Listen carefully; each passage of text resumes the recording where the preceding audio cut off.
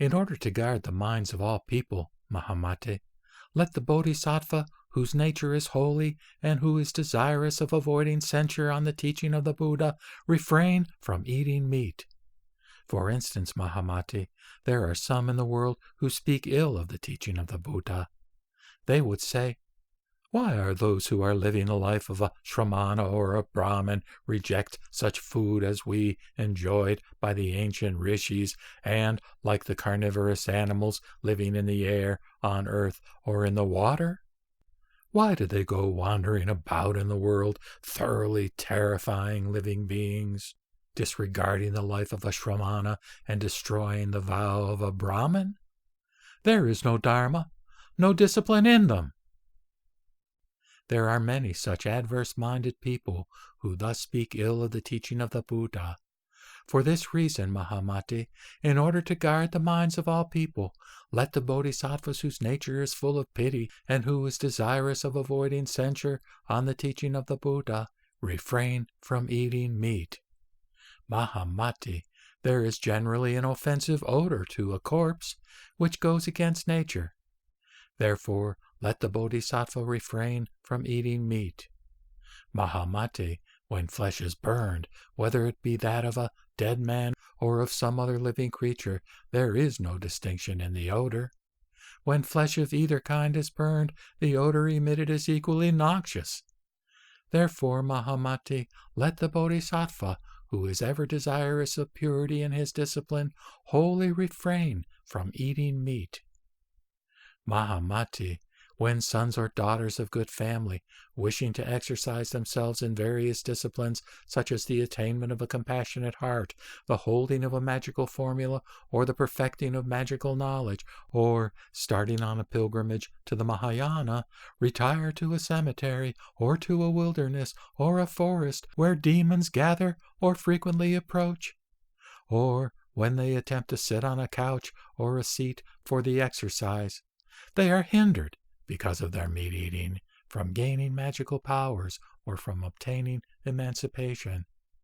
Mahamate, seeing that thus there are obstacles to the accomplishing of all the practices, let the bodhisattva, who is desirous of benefiting himself as well as others, wholly refrain from eating meat. As even the sight of objective forms gives rise to the desire for tasting their delicious flavor, let the bodhisattva, whose nature is pity and who regards all beings as his only child, wholly refrain from eating meat. Recognizing that his mouth smells most obnoxiously, even while living this life, let the bodhisattva, whose nature is pity, wholly refrain from eating meat. The meat-eater sleeps uneasily, and when awakened is distressed. He dreams of dreadful events, which makes his hair rise on end. He is left alone in an empty hut. He leads a solitary life, and his spirit is seized by demons. Frequently he is struck with terror. He trembles without knowing why. There is no regularity in his eating. He is never satisfied. In his eating, he never knows what is meant by proper taste, digestion, and nourishment. His viscera are filled with worms and other impure creatures, and harbor the cause of leprosy. He ceases to entertain any thoughts of aversion toward all diseases. When I teach to regard food as if it were eating the flesh of one's own child, or taking a drug, how can I permit my disciples, Mahamate, to eat food consisting of flesh and blood, which is gratifying to the unwise, but is abhorred by the wise, which brings many evils and keeps away many merits, and which was not offered to the rishis, and is altogether unsuitable? Now, Mahamate, the food I have permitted my disciples to take is gratifying to all wise people, but is avoided by the unwise. It is productive of many merits. It keeps away many evils, and it has been prescribed by the ancient rishis.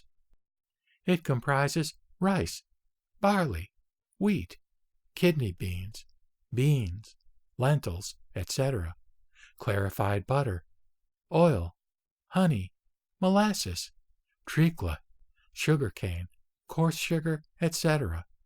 Food prepared with these is proper food. Mahamate, there may be some irrational people in the future who will discriminate and establish new rules of moral discipline, and who, under the influence of the habit energy belonging to the carnivorous races, will greedily desire the taste of meat. It is not for these people that the above food is prescribed.